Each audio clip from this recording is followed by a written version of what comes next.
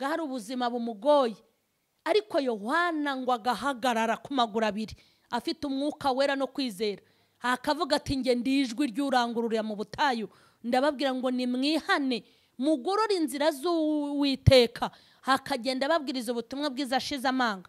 Ariko twebwe Imana nitangurira urukweto ngo njye mu rusengero babone ko nabemeje nabahaye ivugabutumwa Ndiburihagarike, twebwe kugira ngo dukore umurimo ngo hari ibintu tugomba kuba dufitera, bari abashutsi. Nge numvise n'abazahutse ejo bundi barihaye izo nyigisho ngo umuntu w'Imana agomba gukora akaniga. Nibyo, umuntu w'Imana agomba gukora akanabwiriza, ariko mbere y'uko ukora wowe ntabwo ari umuntu w'Imana. Mujye mwibuka ko hari abantu banze gukora kubera ubujiji, ariko mwibuke ko hari n'ababuze akazi bakiri kuri uwo musozi. Ndabashuhuje mu izina rya Yesu, amahoro y'Imana nabe muri mwe. Turabashuhuje cyane abari hafi ndetse na kure, abari mu Rwanda no mu mahanga, abari mu ntara zitandukanye ndetse no mu bihugu by'abaturanyi. Nimugira amahoro y'Imana, kandi nizere ko mumeze neza, kandi kuko umwami Imana dukunda turi amahoro. Dushimiye Imana rero yongeye kutwemerera ko tubona iri jambo, ikaba yariduhaye, kuko ijambo ry'Imana ntabwo ari ibintu umuntu yihigamo, nta nubwo ari ibintu biza kenyege, ni ibintu Imana itegura neza, yarangiza kubitegura ikabikuzanira ikabiguha. Imana rero yadutekereye nishimwe. Ndifuza ko tubanza gusenga, dusenge Imana kugira ngo imfashe muri uyu mwanya, kandi nawe igufashe mu kumvira ijambo ry'Imana. Twicire bugufi, kandi nawe biha agaciro ko upangiwe iri jambo. Hari benshi bataryumvise kandi barikeneraga, hari n'abantu bari kwihana ariko batabonye amahirwe, hari abantu bavuye mu isi batabishaka. Ubu tuvugana hari abantu bamaze kuva mu isi batabishaka, mbese naho bageze wari kubaha amahirwe yo kuza kwihana bari kuyakiriza abiri, ariko ntibayabonye. Twebwe turacyayafite rero kuko turi mu isi. Mureke tubiha agaciro, dushimire Imana iduhaye kubaho, ikaba iduhanyemo n'ijambo. Turagushimye Imana kubw'uyu mwanya udushyigikiye kugira ngo tuze kuvuga ijambo ryawe. Hari abandi baciye bugufi barimo kuryumva, ndakwinginze ngo twese mu mpande zose dushyigikirwe n'imbaraga zawe zikomeye, unyungure ubwenge, ubuhanga ndetse n'ubumenyi, kugira ngo ijambo ryawe rigere aho wifuje ko rigere. Nkwatse umusada kandi nkwatse inkunga, kugira ngo ijambo ryawe rigere hafi ndetse na kure, kandi umugambi wawe usohozwe n'iri jambo, kandi icyo wifuza ko gikorwa mu ngabo zo mu isi no mu ijuru nigisohozwe. Ushyigikire iki gikorwa, uhagararane nanjye, nemeye kwasama kugira ngo nkubere igikoresho ukorere muri njye mu izina rya Yesu Kristo, amen. Murakoze cyane rero. Nk'uko dukomeje gusoma ijambo ry'Imana, mugenda murikurikirana kuri Mama Charlene official. Mureke turebe mu ubutumwa bwiza uko bwanditswe na Matayo ibice byaho 3 umurongo wa 1. Ngo icyo gihe Yohana umubatiza araza yigishiriza mu butayu bw'Iyudaya ati, mwihane kuko ubwami bwo mu ijuru buri hafi. Kandi yereka tugarukira aha. Icyo gihe Yohana umubatiza araza yigishiriza mu butayu bw'Iyudaya ati, mwihane kuko ubwami bwo mu ijuru buri hafi. Intego y'ijambo nashakaga ko tuganira, ndashaka kubabwira ngo ndashaka kuvuga kuri ubu butayu. Kuri ubu butayu Yohana ndashaka kumwigishaho, kugira ngo njye ngenda mbabwira bimwe by'ubuzima bwa Yohana, kubera yuko n'ubuhamya bwa Yohana buri bugukomeze. Nzababwira impamvu yo gucibwa igihanga kwa Yohana. Ubushize naragiye mbaganiriza ibintu bitandukanye kuri Yohana.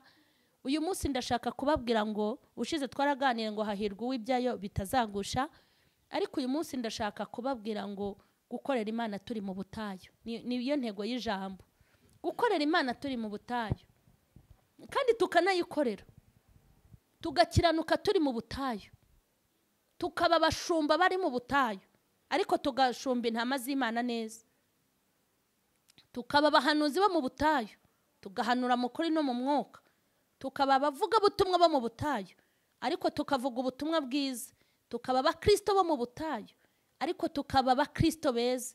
Nagira ngo mbabwiye ngo nubwo ubutayu buri wese ari gucamo bwe, ubutayu ndabufata mbugereranye n'ikintu gikomeye, mbugereranye n'ubuzima butoroshye, mbugereranye n'ubuzima bukakaye, imibereho ikakaye, mbese ubutayu abakristo babuzi kurushaho. Ariko Yohana yari ari ngo mu butayu bw'Iyudaya, aho hantu yari ari muri ubwo butayu. Ubutayu ntago bugira amazi, ubutayu ntago bubamwe ibiti, ubutayu nta byatsi bibamo, n'ubutayu nta nibuye wahabona. Ni ubutayu nyine, ni ijambo ryumvikana, nta kiza ngo kiba mu butayu. Reka mbabwire, ariko Bibiliya yavuze iki? Ngo icyo gihe Yohana araza yigishiriza mu butayu, ngo abwira abantu ngo nimwihane, nimwihane. Hanyuma nashakaga kukubwira ngo nubwo turi mu butayu, ariko tugomba kubana n'Imana neza. Tugomba gukirizwa muri ubu butayu, tugomba gukiranukira mu butayu, tugomba kugendera ku murongo Imana idushakamo nubwo turi mu butayu. Ntabwo ari twebwe ba mbere twaba dukoreye Imana turi mu butayu, n'abatubanjirije bakoreye Imana bari mu butayu. Abahanuzi bahanuriye mu butayu. Mbibutse ko bo bahanuraga bakabica, barahanuraga bagatwikwa, barahanuraga bagafungwa, bagafungirwa mu myobo. Abantu bagiye bakorera mu butayu. Abashumba ba mbere, bariya abakozi b'Imana batandukanye, bariya ba Matayo, ziriya ntumwa, bariya ba Yohana, bariya ba Pawulo, ni abantu bagiye bakora uyu murimo w'ubushumba, ariko bashumba bari mu butayu, ariko basohoje urugendo amahoro. Hari abavugabutumwa bagiye babwiriza ubutumwa bwiza, ariko bagenda babwiriza ubutumwa bari mu buzima bw'ubutayu, ariko babaye intwari babifura, barangije urugendo amahoro. Yohana nawe ngo yari ari mu butayu, niko Bibiliya ivuga. Mu butayu, ubutayu yabayemo akajya yambara uruhu rw'ubwoya bw'ingamiya. Ubutayu yabayemo akajya yambara rugabire. Ubutayu yabayemo akajya atungwa n'ubuki bw'ubuhura. Ubutayu yabayemo akajya atungwa n'inzige. Ngo ni ubutayu. Ubutayu yabayemo akajya akenyeza umushumi. Ubutayu yabayemo, Yohana ngo mu butayu yarameze nk'igikoko. Ngo n'abantu benshi bazaga baje kureba icyo kigabo cy'ibyoya n'ibisatsi, ariko ngo bakumviramo n'ijambo ry'Imana. Imana nishimwe. Muri ubwo butayu harokotse benshi, kuko yagiye ababwiriza ubutumwa bwiza, niko ijambo twasomye rimeze. Ariko wibaza uwo Yohana wabwirizaga mu butayu yambaye uruhu, ariko aba yabwirizaga ntago bari bambaye uruhu.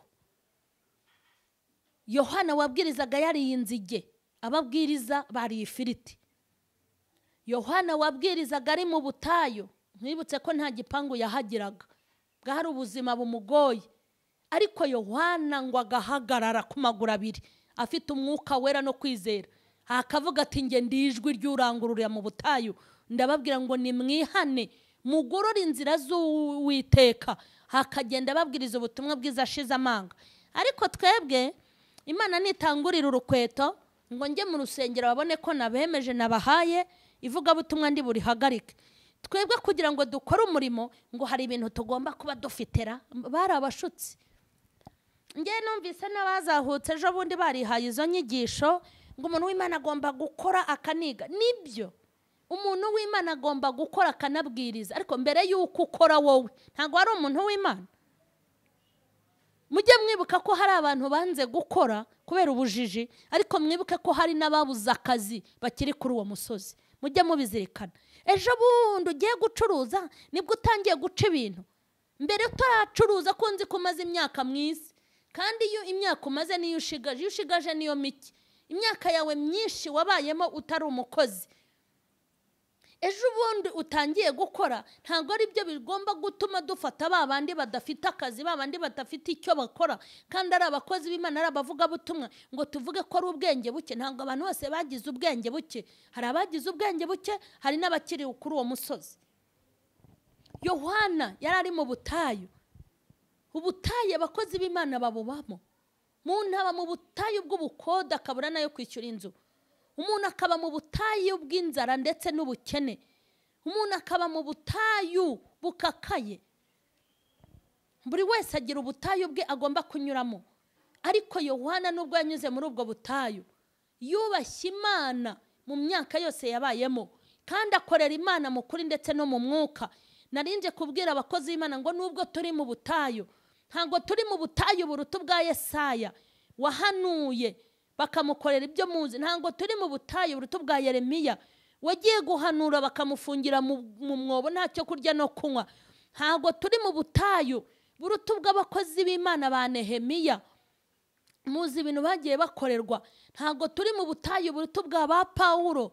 Ntago turi mu butayu buruta bwa ba Daniyeli. Ntago turi mu butayu buruta mu bwa ba Saduraka na bagenzi be. Ntago butayu turimo buruta bw'abatubanjirije bagiye mu butayu ndetse bukomeye, ariko ngo bakorera Imana mu butayu kandi ngo babwiriza ubutumwa bwiza. Ariko ubutumwa buriho ntago ari ubutumwa bwiza kuri benshi. Ubutumwa buriho ni ubutumwa bw'inda. Abantu babaye bampemuke ndamuke, ariko ngo bo bakomeje kubwiriza ubutumwa bwiza mu butayu. Ubu ngubu abantu barashaka ngo ivugabutumwa. Hari umuntu wambwiye ngo iri umuvugabutumwa w'umukire ntibanagusuzugura. Nimba ushaka ko bazakubahira ayo washyize mu ikofi, icyo cyubahiro kirarangira.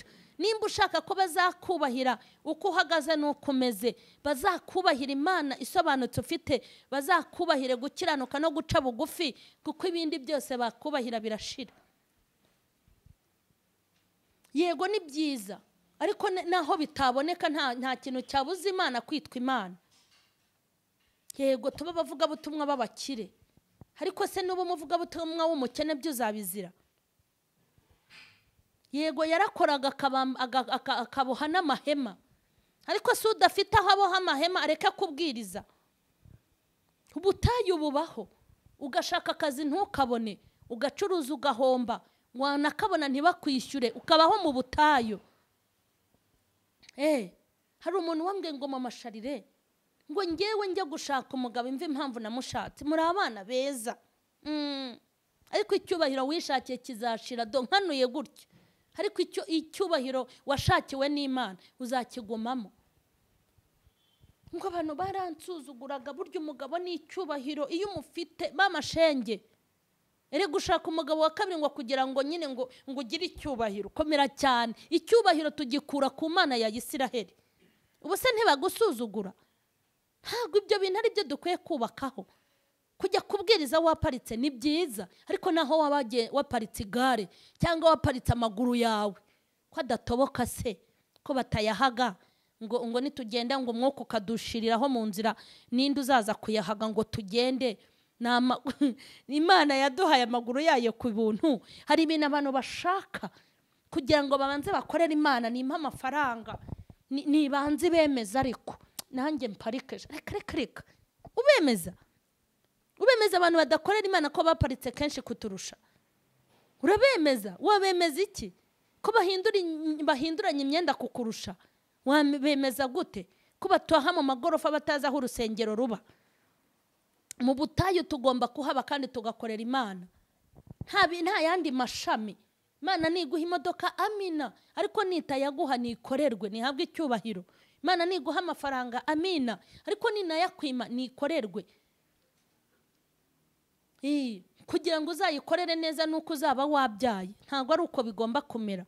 Kugira ngo uyikorere neza nuko uzaba ufite akazi, ntabwo ari uko imibare y'Imana imera. Kugira ngo uyikorere neza nuko wicaye mu rugo ufite umugabo, couple baragushutse. Imana yitwa Imana mu buzima bwacu bwose. Kugira ngo Imana uyikorere neza nuko uba ufite ikizu hariya.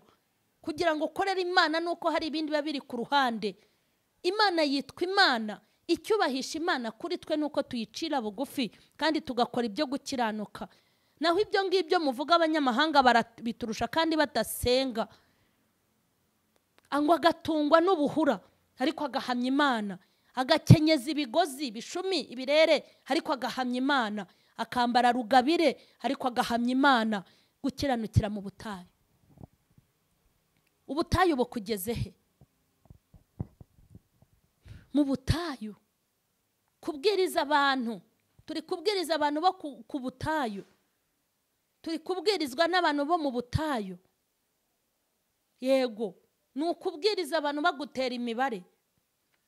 Iyo bataguhoye ikintu runaka baguhora ikindi. Urabwiriza abantu nuko nyine isengero bagenda bazegekaho. Warahagararaga ku ruhimbi bakareba inkweto wambaye, babona ihagaze neza bakabona Imana yarakoze. Ariko naho yaba yarahengamye burya Imana iba yarakoze. Ku bakire yitwa Imana no ku bakene yitwayo. nta kintu kijya kikuraho amagrade. Narakubwiye ngo nutajya kuyihamya ibizayihamiriza ni byinshi. Yego, kuko burya iyo wamaze gupfusha hari abandi baba babyaye. Ugende wimyiza umusongo barapfuye, ariko ababyaye bati tugiye kugutegurira ishimwe, ntiteze kugwa muri maka. Imana sizagwa mu gihombo cyawe, ntago bishoboka. Imana ifite ibintu biyigira Imana. Iyo wakoreye perime ntuyitahane, uwayitahanye arayishima ugakambya impanga wowe. Iyo babajwe nuko wikoreye urugo ku mutwe, hari abazicayemo bayiha icyubahiro, ntago izagwa muri manga. Imana ntago bishoboka. Yego, iyo utahanye wapfuye hari uba yatahanye umuzima. Iyo ubukwe bwawe bwapfuye hari ababa batangije imishinga. Imana ntiteze kugwa muri maka. Abasenga nibatayubaha, n'abanyabyaha barasenga kandi bazi ko Imana nabijya ibarengera ikabatabara. Nje kubabwira ngo turi mu butayu, ariko tugomba gukorera Imana muri ubu butayu, kandi tugomba kuba inyangamugayo muri ubu butayu. Tugomba kubahira Imana muri ubu butayu. Tugomba guha Imana agaciro muri ubu butayu. Tugomba kuzamura ishimwe ry'iyaduhamagaye turi mu butayu. Tugomba kuyisirimbira turi mu butayu. Turi mu bihe bya corona, ubu bamwe mwatangiye kugira ubwoba, nabwo ni ubutayu. Yego, nyirinzi azakomeza kwishyuza nyine. Naho ucururiza ntago uzamubwira ngo ucuruza kabiri, nta nubwo azakugabanyiriza ku mafaranga y'ubukode. Ni ubutayu. Yego, abakiriya bazagabanuka nyine. Humura, turi mu butayu. Hari ibikorwa bizafungwa, ni ubutayu. Hari n'ibitazongera gukorwa, ni ubutayu. Ariko nje kubabwira ngo nubwo turi mu butayu twibuke icyo turi cyo. Nubwo turi mu butayu twibuka abo turi bo, bakozi b'Imana. Twikigisha inyigisho z'abanyabutayu, twisoma ijambo ry'ubutayu, ngo turebe ijambo riganisha kunda no ku mafaranga. Hoya, dukiranukire mu butayu, buri wese ubu butayu turimo tuhakorera Imana. Imana niyo kwizerwa, Imana niyo kwizerwa, Imana nihabwa icyubahiro. Uriho kwizerwa Mana. Ubutayu, Abisiraheli banyuze mu butayu, Imana ngo ibatungisha amano. Nubwo turi mu butayu ariko hari imano. Ngo banyuze mu butayu, nubwo batagurirwaga inkweto, ariko ngo urwo bambaraga ntago zajyaga zibanga. Uko ikirenge cyakuraga niko n'inkweto zabo zakuraga. Uko babaga barebare n'amakanzu yabo niko yabaga maremare. Imana ibana nabo mu butayu. Rimwe ngo barataka bashaka, ngo babasaba Imana ngo barashaka inyama. Impamvu zabaciye mu mazuru nuko bazatse nabi. Burya rigi Imana izaguhiguhe n'ibiguca mu mazuru kubera Imana mereza umeze nk'akakana kaba kareba ibiryo byabize bitarashya. Umwuka wa mbere, baba ndashonje, baba ndashonje. Uzi ukuntu umubyeyi buri n'umwana ni cyakire gifate ibintu bidahiye, ujye urindira urya kagabuye. Mwana duha inyama, mwajye budo twaraziryaga. Imana iti ni inyama, ndaje mba inyama zibasaguke na hari umwenge hose zihanyure. Burya mujye mwitondera n'amasengesho yo mu butayu, mujye musaba Imana neza. Turindira Imana nubwo turi mu butayu. Nari nkuzaniye ijambo, nari nje kukubwira ngo buri wese afite ubutayu ari kunyuramo. Yeremiya, reka mbabwire, Yeremiya yahanuriye mu butayu, hanurira umwami.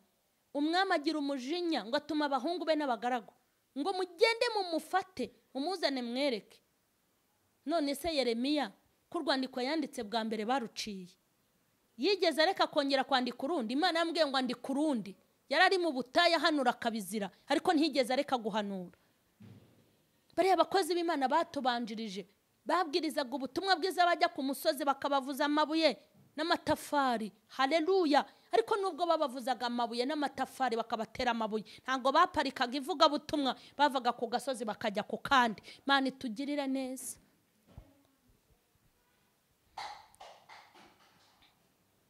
Ubutayu bakoreye Imana bari mu butayu, batubanjirije ngo barabakereye n'inkero, ngo bababambye babacuritse, babateye amabuye, babisha urupfu rw'agashinyaguro, ariko ngo ntago bigeze bahagarika gukorera Imana. Bapfanye Bibiliya, ariko twe turi muri gupfana amacupa y'inzoga. Bapfanye ijambo ry'Imana, ariko mwe muri gupfira mu bandi bagore ba kabiri no mu bandi bagabo ba kabiri. bapanye kwizera ariko turi gupana ubwesikoro. Barakoze Imana babe escrow bandi,